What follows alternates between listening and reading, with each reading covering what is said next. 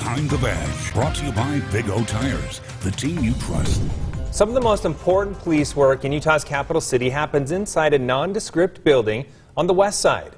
It's where science meets law enforcement and mysteries are revealed. ABC4's Rick Aaron takes us inside the Salt Lake City Police Department Crime Lab in tonight's Behind the Badge report.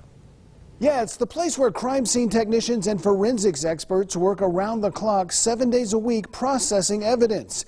If it were a TV show, it would probably be called CSI SLC.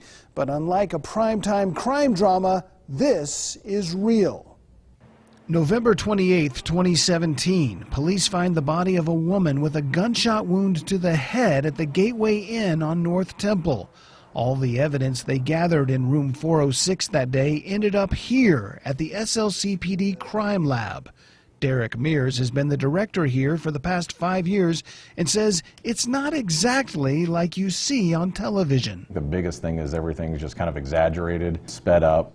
We're not solving crimes in a matter of an hour. It takes a lot of personnel. A lot of those shows depict the investigators as being experts in numerous fields. There's some of those fallacies. Mears and his staff allowed us inside as they processed several items. Invisible stains on a T-shirt glow under a blue light. A seized substance tested with chemicals turns out to be marijuana. A wine bottle reveals fingerprints when dusted with black powder. Forensic technician Holly Arguello lifts them with tape and transfers them to a card. Very tried and true. We use this on probably every crime scene. Fingerprint expert Brittany Nelson then inputs the card to AFIS, the Automated Fingerprint Identification System, which returns a list of possible matches. I will then go through that candidate list, review each and every one of those, and do a manual comparison to see if we can figure out whose prints those are. Mears is the lab's gun expert. By shooting into a special tank of water, he can recover the bullets, then examine the microscopic markings left by the firing pin and barrel. In this case, the casings are a match. They were fired by the same weapon. It's all small pieces to a larger puzzle that we're looking at.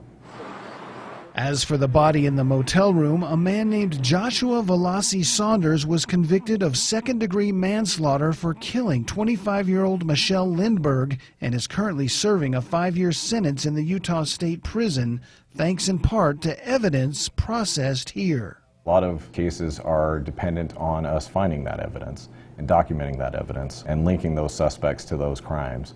When we catch the bad guy, it's very, very satisfying. A National Board of Crime Laboratories recently accredited the SLCPD Crime Lab, noting they demonstrated excellence in 160 different standards, including crime scene investigation, fingerprints, and firearms. For Behind the Badge, I'm Rick Aaron, ABC4 News.